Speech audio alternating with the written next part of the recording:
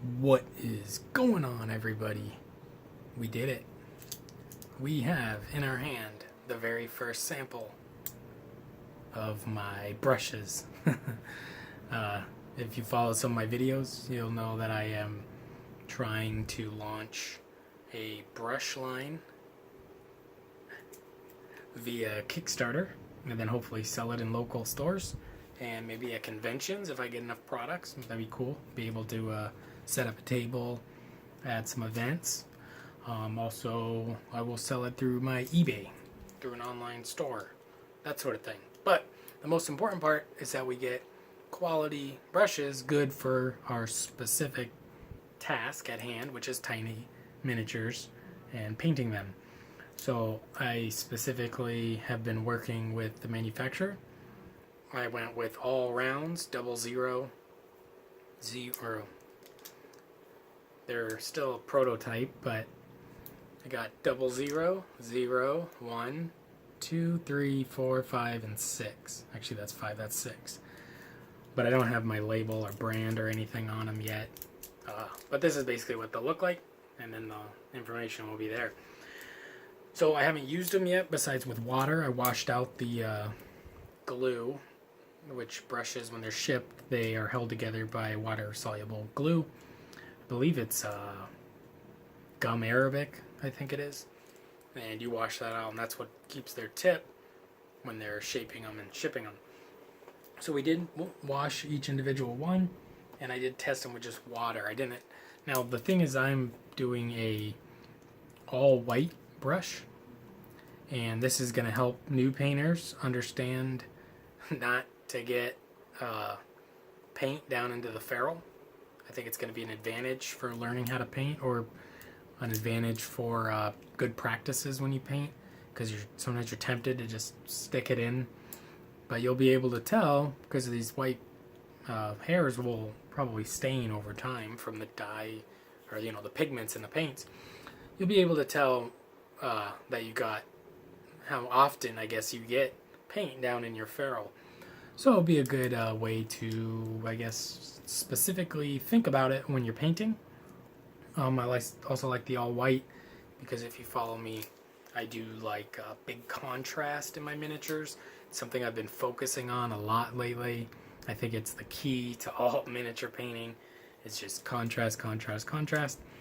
And even when you're talking about like smooth blends, it's the fact that it's like a light blended to a dark, light dark, is what makes that interesting at all, I believe. So I think having just the white in your hand, it'll be nice to be able to just hold your brush there and see, how close to white are you on your miniature.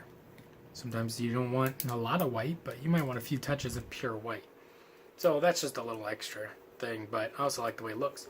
So these are going to be the Ghost brush, right? This is going to be Ghost. So this one will say number 6, Ghost, China, because they're made in China. My manufacturers are in China. I'm also working with another manufacturer.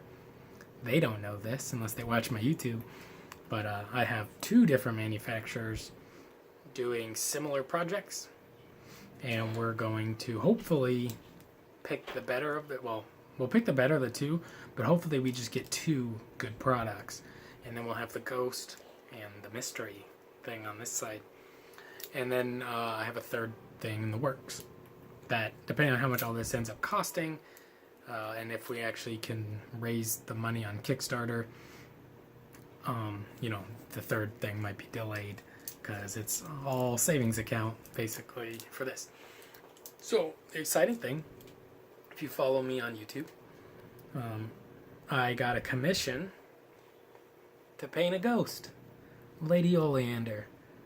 I'm going to paint Lady Oleander, a ghost, using nothing but my Ghost brushes.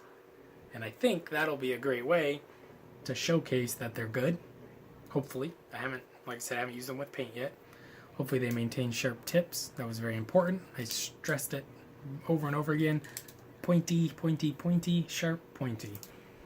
Obviously I don't, well, not obviously, but I don't speak Chinese, so there was some language barrier. One thing I noticed on the brushes, the handles feel pretty nice. They got a nice little bulge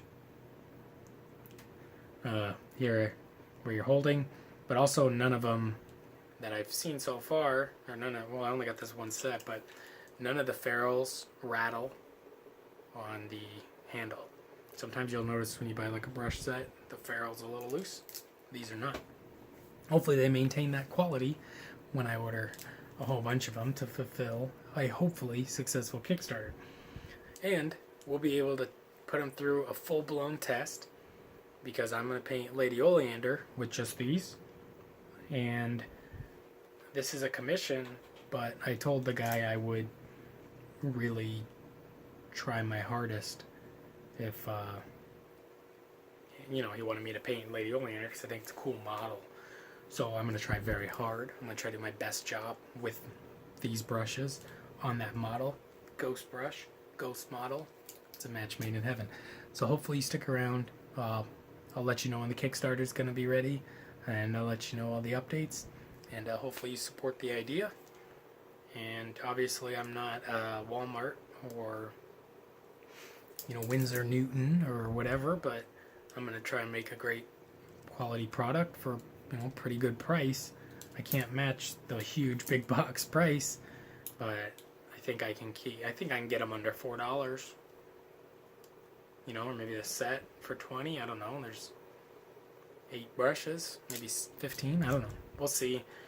I haven't done all the math on that yet, but hopefully you're as excited as I am. I'm maybe not super to the moon because I don't want the dogs to start barking, but I'm actually very, very excited. And they seem promising, so very happy about that. Thank you. Please subscribe if you're interested in supporting the Kickstarter. That'll be a part of this channel, so subscribe and I'll let you know when that comes. And we have more on the way. And check out my eBay store if you want to buy some painted miniatures or some extra stuff that I'm selling. Take care.